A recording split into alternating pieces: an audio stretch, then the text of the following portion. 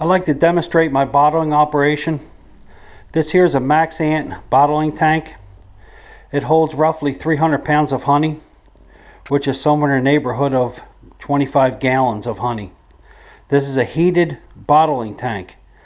In between these two walls here,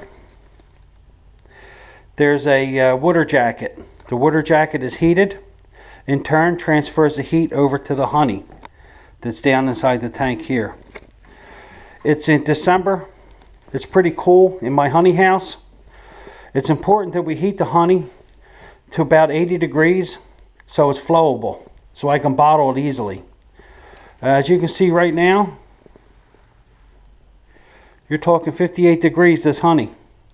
There's no way we can bottle that honey. It's just not flowable. I have this little cart that I purchased from a local tool supplier called Harbor Freight. It's a hydraulic lift cart. As you can see, the tank is very low. The hydraulic cart is down. The beauty behind using the cart is that you can lift the bucket easily. The bucket only weighs 60 pounds, but it's awkward. It's an awkward 60 pounds when you lift it shoulder height, when the tank is in operating height. So right now I have it lowered.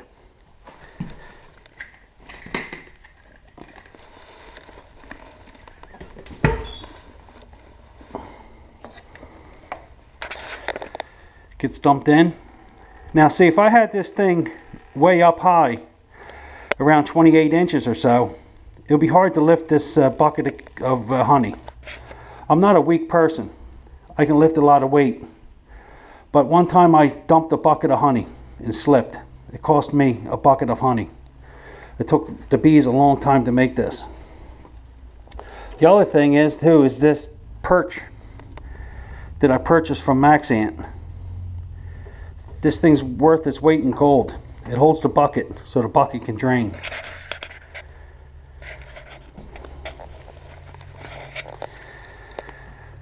As you can see here, I'm set up. When I bottle, I like to continuously bottle. I don't like to stop. I have a couple buckets here full of empties, and that's going to keep me busy for some time.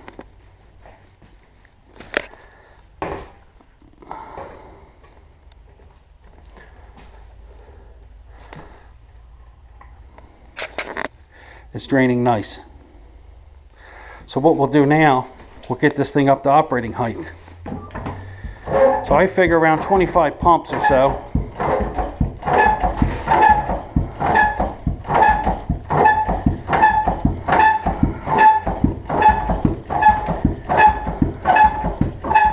Makes it nice.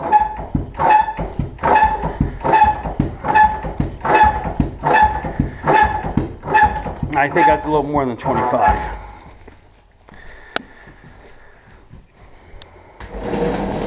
Go over here to my little trusty chair.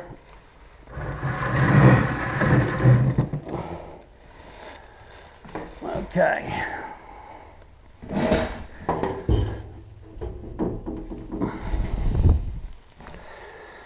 Everything's set up for me. Have a little tray here with my caps.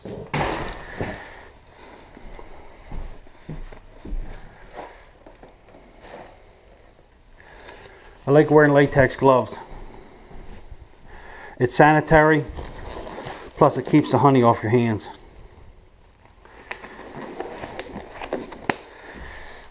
All right.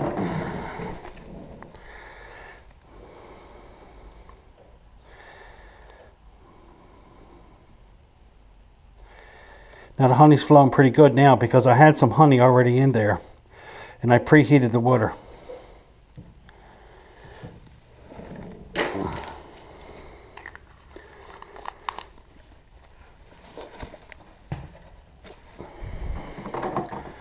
Once you get a rhythm, you can get moving pretty good.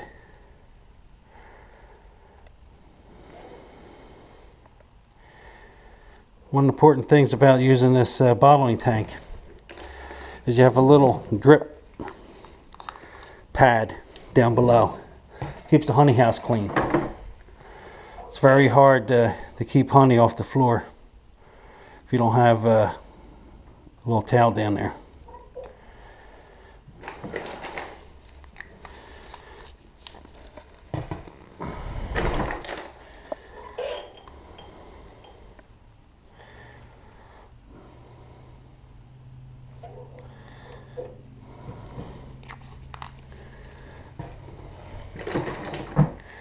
Once I get a bunch of them going, I'll get this tray filled up next to me.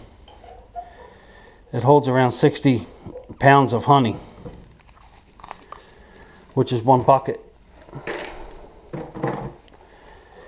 Then I take it over to my table, and that's where I put the labels on.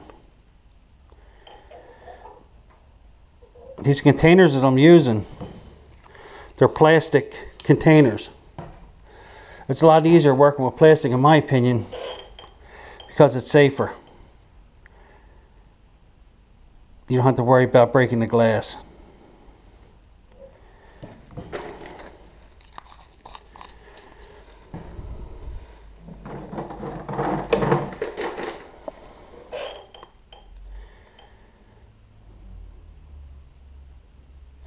Flows really nice when it's warm.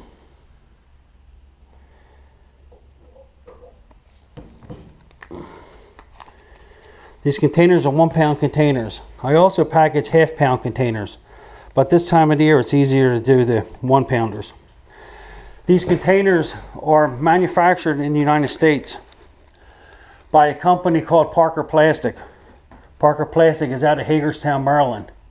It's made by American workers. The same with these lids. Aptar. Aptar is out of Chicago, also made in the United States. I'm a big fan of things made in the United States. This Maxant bottling tank, along with all my equipment, is made by Maxant. They're manufactured in Massachusetts, made in the United States. It's important. We can even talk about the labels. The labels are made in the United States. They're printed in the United States. The paper that they're printed on is from the United States. This is my labeling machine here. It's very simple to use. Once you feed the paper through.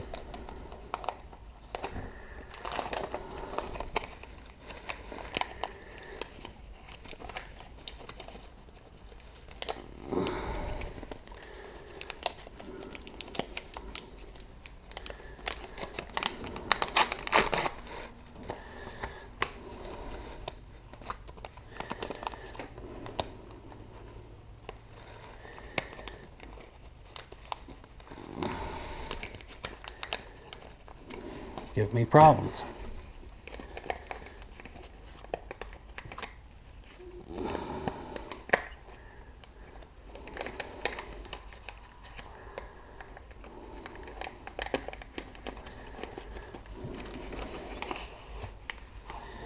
There we go.